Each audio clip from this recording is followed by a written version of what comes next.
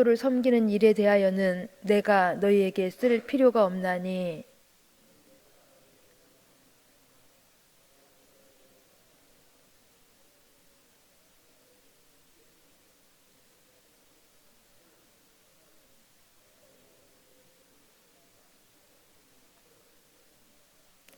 그런데 이 형제들을 보낸 것은 이 일에 너희를 위한 우리의 자랑이 헛되지 않고 내가 말한 것 같이 준비하게 하려 함이라.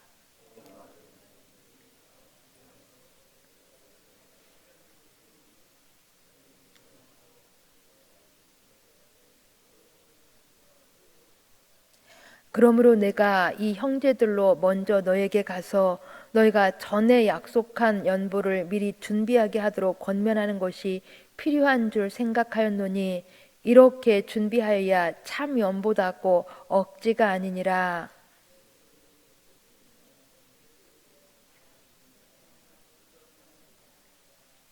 각각 그 마음에 정한 대로 할 것이요 인색함으로나 억지로 하지 말지니 하나님은 즐겨내는 자를 사랑하시느니라.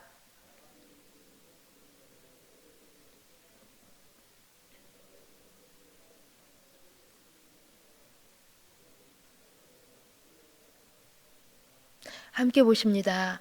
기록된 바 그가 흩어 가난한 자들에게 주었으니 그의 의가 영원토록 있느니라 함과 같으니라. 아멘. 우리는 하나님의 사랑을 우리가 가진 모든 것으로 표현한다고 해도 다 하나님의 사랑을 표현할 수가 없습니다. 우리는 가끔 하나님의 사랑을 물질로 표현합니다. 예배를 드릴 때에 물질을 드려서 하나님 사랑하는 마음을 표현한다는 것입니다. 하나님께서는 아브라함이 아들 이삭을 모리아산에서 번제로 드릴 때에 이렇게 말씀하셨습니다. 내가 이제야 내가 하나님 경외하는 줄을 아노라. 내가 이제야 내가 하나님 경외하는 줄을 아노라 하시고 내가 이같이 행하여 내 아들 독자도 아끼지 아니하였은즉 내가 내게 큰 복을 주고 내 씨가 크게 번성하여 하늘의 별과 같고 바닷가의 모래와 같게 하리니 내 씨가 그 대적의 성문을 차지하리라 하시면서 복을 선포해 주셨습니다. 오늘 말씀도 어제 8장에 이어서 계속 연보에 대한 헌금에 대한 말씀이 나오고 있습니다. 바울은 연보를 본문 1절에서 성도를 섬기는 일이라고 지칭하고 있습니다. 연보는 하나님께 드리기 위하여서 가져오는 예물로 형제를 돕기 위하여서 바치는 구제 헌금을 말합니다. 예루살렘에 큰 기근이 들어서 예루살렘 교회 성도들이 극심한 어려움에 처하게 되었습니다. 이때 이러한 예루살렘 교회의 어려움을 공동으로 대처하기 위하여서 아시아에 흩어져 있었던 많은 교회들이 구제하게 된 것입니다. 이처럼 형제의 아픔에 동참하여서 형제에게 필요한 물건과 또한 사랑을 공급하는 일을 성도를 섬기는 일이라고 말씀하고 있다는 것입니다. 바로 고린도 교회 성도들이 이러한 일에 자발적으로 동참하기를 원했던 것입니다. 그래서 바울은 앞선 고린도전서 16장 2절 말씀을 보시면 매주 첫날인 주일에 각 사람이 수입에 따라서 미리 헌금을 모아둘 것을 권면한 적이 있었습니다. 곧 아가야의 수도인 고린도 교회가 1년 전부터 미리 예루살렘 교회를 위한 구제 헌금을 준비하고 있었다라는 것입니다. 이러한 사실을 바울은 마게도냐 사람들에게 자랑을 하였습니다. 마게도냐 사람들은 이러한 자랑을 듣고 큰 감동을 받았습니다. 그래서 마게도냐 사람들도 고린도 교회의 성도들의 이 영향을 받아서 열심히 연부를 하였습니다. 그런데 지금은 사정이 완전하게 달라져 있었습니다. 마게도냐 사람들은 고린도 교회의 모범을 보고 고린도 교회의 영향을 받아서 연보를 늦게 시작했지만은 이미 정한 연보를 마쳤습니다. 그런데 먼저 시작한 고린도 교회는 정한 연보를 아직까지도 끝을 맺지 못하고 있었던 것입니다. 그것은 고린도 교회가 서로 분당을 지어서 시기하고 다투는 과정에서 충분히 마음에 정한 대로 연보를 하지 못하고 있었던 것입니다. 그래서 바울은 본문 3절 말씀을 보시면 8장에서 이미 언급한 대로 디도와 다른 두 형제, 이렇게 세 형제들을 고린도 교회에 먼저 보내었던 것입니다. 바울이 이토록 이러한 형제들을 앞서서 고린도 교회에 보낸 이유는 이제 이미 마게도냐 교회들은 모금 운동이 끝났기 때문에 고린도 교회도 바울과 각 교회 대표들이 여기 고린도 교회에 도착하기 전에 1년 전에 시작했던 그 연보하는 일을 끝을 내도록 격려하고 또한 점검하기 위해서였습니다. 곧 구제 헌금을 미리 준비하고 있으라는 것이었습니다. 즉 바울은 자신이 다른 교회들에게 사랑했던 고린도 교회의 열심이 사실로 이루어지기를 간절히 소망했던 것입니다. 혹 연보가 준비되어 있지 않다고 한다면 고린도 교회가 바울과 더불어서 부끄러움을 당할까 봐 염려한 것입니다. 바울은 이처럼 고린도 교회의 체면과 고린도 교회의 자존심까지도 생각해주는 그러한 배려를 한 것입니다. 여기서 우리는 헌금의 한 원리를 발견하게 되어집니다. 헌금은 미리 준비해야 한다라는 것입니다. 우리 함께 5절 말씀을 같이 읽습니다. 5절 말씀, 그러므로 내가 이 형제들로 먼저 너희에게 가서 너희가 전에 약속한 연보를 미리 준비하게 하도록 권면하는 것이 필요한 줄 생각하였노니 이렇게 준비하여야 참 연보답고 억지가 아니니라. 아멘. 이렇게 준비하여야 참 연보답고 억지가 아니니라. 미리 준비하는 것이 참 연보이고 억지가 아니라는 것입니다. 여기 억지라는 단어는 탐심이라는 의미를 담고 있는데 헌금할 때에 탐심의 영향을 받으면 아까운 마음이 들고 억지로 하는 헌금이 될 수 있다라는 것입니다. 그러기에 연보는 미리 준비되어야 한다라는 것입니다. 미리 준비한다라는 것은 미리 시간적인 여유를 가지고 억지가 아니라 자원하는 마음으로 감사함으로 조금씩 모은다라는 뜻이 있는 것입니다. 그렇습니다. 헌금은 연보는 마땅히 하나님의 은혜를 생각하고 그 은혜에 감사하면서 자원해서 기쁨으로 드려야 하는 것입니다. 그래서 바울은 헌금은 즐겨내기를 바라는 마음에서 하나님은 억지로 내는 것보다 마음에서 우러나오는 헌금을 바라심을 강조하고 있는 것입니다.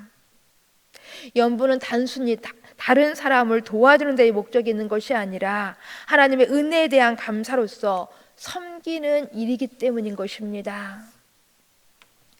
마가복음 12장을 보시면 부자는 많은 헌금을 했고 가난한 과부는 두렵던 헌금밖에 하지 못했습니다. 그런데도 우리 예수님께서는 제자들을 불러다가 과부를 칭찬하시면서 이렇게 말씀하셨습니다. 이 가난한 과부는 모든 사람보다 많이 헌금하였다고 칭찬하셨습니다. 왜 그랬습니까?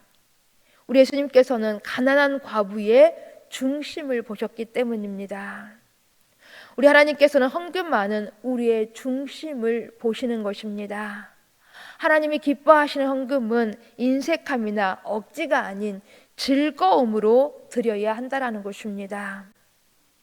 우리 함께 7절 말씀도 같이 읽습니다. 7절, 각각 그 마음에 정한 대로 할 것이요 인색함으로나 억지로 하지 말지니 하나님은 즐겨내는 자를 사랑하시느니라. 아멘. 하나님은 즐겨내는 자를 사랑하시느니라. 헌금은 하나님께서 우리 마음에 주신 마음에 정한 대로 즐거운 마음으로 해야 한다라는 것입니다. 하나님께서는 우리 마음의 중심을 보시기 때문입니다. 이처럼 마음에 정한 대로 즐거운 마음으로 하나님께 드리려고 한다고 한다면 하나님께서 온 세상의 주인이심을 우리는 인정해야 하는 것입니다. 세상의 모든 것, 나의 모든 것이 다 하나님의 것이라는 사실을 인정할 때에 우리는 하나님의 것을 하나님께 드리는 데 있어서 인색하지 않을 수 있는 것입니다. 우리의 생명, 우리의 시간, 우리의 물질, 우리의 능력, 이 모든 것이 우리가 다 하나님으로부터 제공받았다는 사실을 우리가 깨달을 때에 우리는 이 제공받은 것 중에서 일부를 주님께 드리는 일에 인색할 이유가 전혀 없는 것입니다. 이 세상에서 나의 것이란 실상 하나도 없습니다. 이 세상 만물의 참된 소유자는 이 세상을 홀로 만드신 하나님 뿐이십니다. 그러게 다윗 왕은 역대상 29장에서 성전 건축을 위하여서 자신과 온 백성이 바친 헌금과 그 헌물에 대해서 하나님께 이렇게 고백한 적이 있습니다. 천지에 있는 것이 다 주님의 것이로소이다. 나와 나의 백성이 무엇이간데 이처럼 즐거운 마음으로 드릴 힘이 있었나이까. 모든 것이 주님께로부터 말미암았으니 우리가 주님의 손에서 받은 것으로 주님께 드렸을 뿐이니이다. 이 모든 물건이 다 주님의 손에서 왔사오니 다 주님의 것이니이다 라고 고백했다라는 것입니다. 그렇습니다. 모든 것이 다 주님 것으로부터 왔습니다. 특히 우리는 예수 그리스도를 통하여서 죄와 사망에서 구원을 받았습니다. 그러게 더욱 우리는 모든 것이 하나님의 은혜인 것을 인정하고 즐거움으로 하나님께 드려야 하는 것입니다. 우리 함께 8절 말씀도 같이 읽습니다. 8절, 하나님이 능히 이 모든 은혜를 너희에게 넘치게 하시나니 이는 너희로 모든 일에 항상 모든 것이 넉넉하여 모든 착한 일을 넘치게 하려 하심이라. 아멘. 하나님께서 우리에게 은혜를 넘치게 주셨다라는 것입니다. 하나님께서는 모든 면에서 우리에게 풍성한 은혜를 베푸셨다라는 것입니다.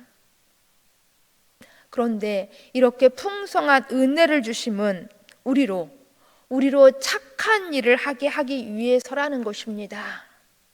곧 우리 하나님께서는 우리에게 물질과 영과 육의 복을 풍성히 주신 목적은 나 혼자만 잘 먹고 잘 살기 위함이 아니라 우리 주변에 있는 이웃을 위한 모든 일에 언제나 도울 수 있는 착한 일을 넘치게 하도록 하기 위하여서 하나님께서 풍성한 은혜를, 풍성한 복을 주셨다라는 것입니다. 그러게 또한 우리 하나님께서는 하나님의 복을 많이 사용한 자에게 더 많이 보충해 주셔서 일하게 하실 것이며, 그러나 전혀 하나님의 복을 사용치 않는 자에게는 더 주실 필요가 없는 것입니다. 그러게 우리는 하나님의 복을 사용하는 데 있어서 인색하지 말아야 하는 것입니다.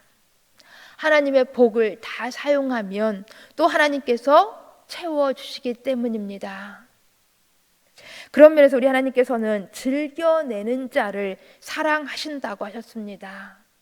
헌금은, 연보는 이처럼 즐거움으로 하나님께 드려야 하는 것입니다.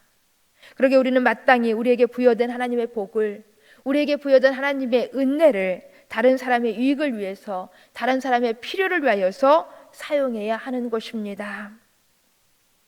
오늘 본문 9절 말씀은 시편 112편 9절 말씀을 인용한 것인데, 이에 9절 말씀을 읽어드립니다.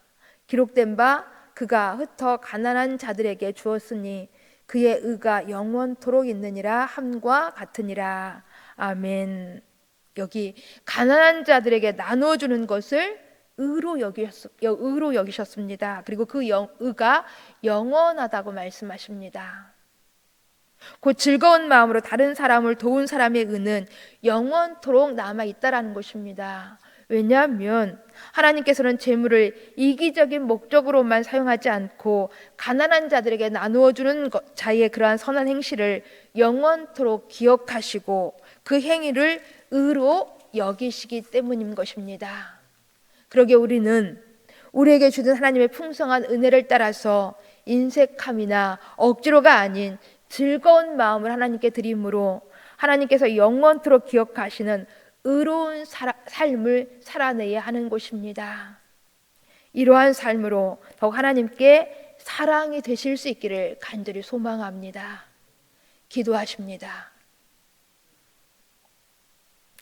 참 좋으신 아버지 하나님, 감사함을 드립니다. 천지에 있는 모든 것이 다 주님께로부터 온 주님의 것으로 지금 저희가 소유하고 있는 모든 것이 주님의 풍성한 은혜임을 고백합니다. 이러한 주님의 풍성한 은혜를 우리 인색함으로나 억지로가 아닌 즐거움으로 주님께 드림으로 하나님께 사랑이 될 수 있도록 도와주시옵소서. 참 좋으신 아버지 하나님, 오늘은 저희 교회가 가족주일로 부모님과 자녀들이 함께 예배를 드리면서 하나님께 영광을 돌리려고 합니다. 부모님들은 자녀들이 있음에 감사하고 자녀들은 부모님이 계심에 감사하면서 서로 손에 손을 잡고 예배드리면서 서로 믿음을 결단할 수 있도록 성령께서 역사하여 주시옵소서. 이러한 예배 속에서 우리 하나님 영광 받아 주옵시고 풍성하신 주의 은혜로 또한 모든 가정 속에 임하여 주옵소서. 온전하게 탁하며 예수님 이름으로 기도합니다. 아멘. 하늘에 계신 우리 아버지, 아버지의 이름을 거룩하게 하시며 아버지의 나라가 오게 하시며 아버지의 뜻이 하늘에서와 같이 땅에서도 이루어지게 하소서. 오늘 우리에게 일용할 양식을 주시고 우리가 우리에게 잘못한 사람을 용서해 준 것 같이 우리 죄를 용서해 주시고 우리를 시험에 빠지지 않게 하시고 악에서 구하소서. 나라와 권능과 영광이 영원히 아버지의 것입니다. 아멘.